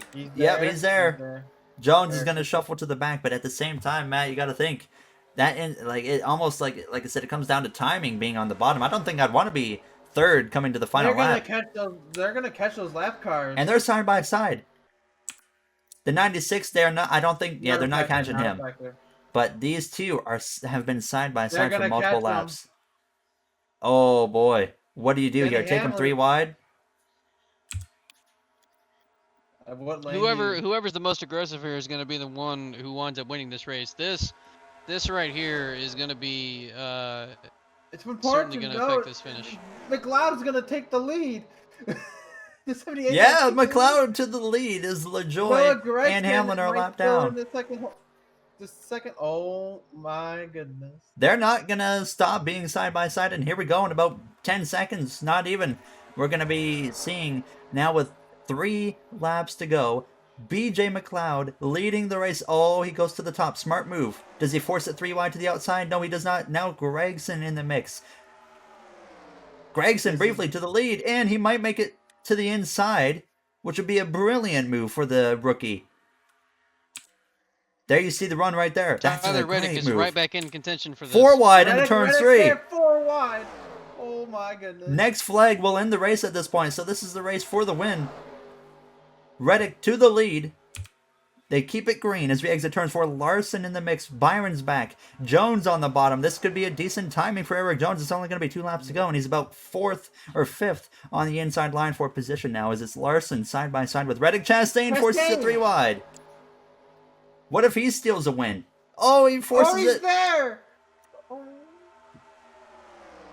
Kyle Larson in his brand new 5 car at Hendrick Motorsports going up against his old car, the 42. Seems like Chastain is going to be able to easily get the lead here, but McLeod could force it to his inside. I'm saying watch out for Eric Jones unless that 2 car gets below him, which he might actually do right there. He stays clear. Oh no, Keselowski. Oh man. There. Oh, 4 wide again. Coming to the final lap, by the way, as we come through out of turns 4, Chastain in position to win. McLeod, Gralla, and Reddick, 2nd, 3rd, 4th. Keselowski trying to get there, as it's guaranteed at this point as we start the final lap. Unless Keselowski goes crazy, it's going to be a surprise winner. Now, I mean, Chastain, what do you do? Cover the bottom? I think you got a guaranteed win. Yeah, you have to cover the bottom off here. You used Denny Hamlin to give you the drag, and you just cover the bottom. Oh my goodness. This lap. They're going to be final there. Lap here could be decided by this lap car. Chastain looks low. Chastain Hamlin moves to the bottom, but Denny goes to block. McLeod to the top. Oh man. If Chastain gets through this cleanly, I think he's gotten this one. Keselowski's right on this bumper, though. We could very well get a run with Austin Dillon's help here. Austin Dillon it currently is a lap down. Off of turn 4, Keselowski's going to go to the inside. I think Chastain's got it covered. If he doesn't, that might be the move right there for Keselowski to win this race. To the inside. He's got no help. Eric Jones to the bottom now. I don't know if it's in time, though. To the line, Chastain! Ross Chastain wins in Talladega. Keselowski, Jones, Byron, and Larson, your top 5. I thought, like Jay said, he peeked to the inside. He made the right move, Keselowski did. And Jones just didn't have enough of a push right there. And Chastain manages to hold on to his first ever win in the NASCAR Cup Series. But look at the top 10. So, I mean, sure enough, we get a surprise winner here today. And that's going to spice up this playoff grid even more now as Keselowski comes up just short of the victory. But look, we have Kaz Gralla, we got Noah Gragson, we got BJ McLeod and Timmy Hill all up inside the top 10. But I mean, what a race. I mean, a wild finish right there, coming down to the wire with Ross Chastain picking up the first win for Chip Ganassi Racing in 2020 or 21, sorry, and probably very well the only win for that team. But wow, I mean, if there was one place I would consider Ross Chastain capable of winning, a plate race would be the exact place. We've seen him in the Xfinity Series be strong, and here he is, Jay, picking up a victory and now completely changing the future of someone's championship hopes here today. And I think the person he owes this win to and needs to give a very big congratulations, or not congratulations, but a very big thank you to is Austin Dillon, because when Keselowski went to make that move off of turn 4, Austin Dillon decided he was going to go up high and stay with his fellow Chevrolet of Ross Chastain, and I think that honestly won him the race. Keselowski did not have help until Eric Jones got up to him, and by that time it was too late for Keselowski to make up a run and do anything. So that right there is what won Chastain this race, and I think he owes a very big thank you to Austin Dillon. And here you see the finishing order on your screen. So Chastain, of course, with the victory. There you see the top 10 rounded out. Daniel Suarez in P11, so a strong day for him.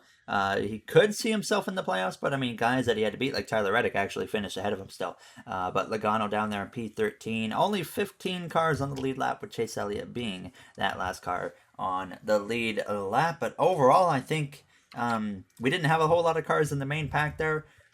But I think, guys, overall, that was a spectacular race here from Talladega. I mean, Matt, I don't know what you thought about it. I mean, your first time kind of doing this thing. I mean, what did you think of the race as a whole? That's great. It was great. I mean, you should come out for more of them. Maybe. Now, I thought the 40 or the 43 of Jones was actually in a really good spot there. But if I mean, think about it this way: if Keselowski didn't force it up the inside of Eric Jones, he would have been in that spot to go for the win there on that last couple seconds. But unfortunately, didn't work out for him. As you see the rest of the finishing order on your screen. But I mean, Jay, I mean, overall, what were your thoughts of that race?